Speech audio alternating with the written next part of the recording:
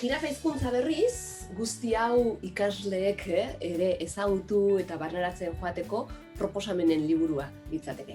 Gelan, ikasleekin erabiltzeko irakaslei zuzenduta baldin bado ere, hau ere familietara ere egokitu daitezken dinamikak aurkitu ditzazkegu bertan.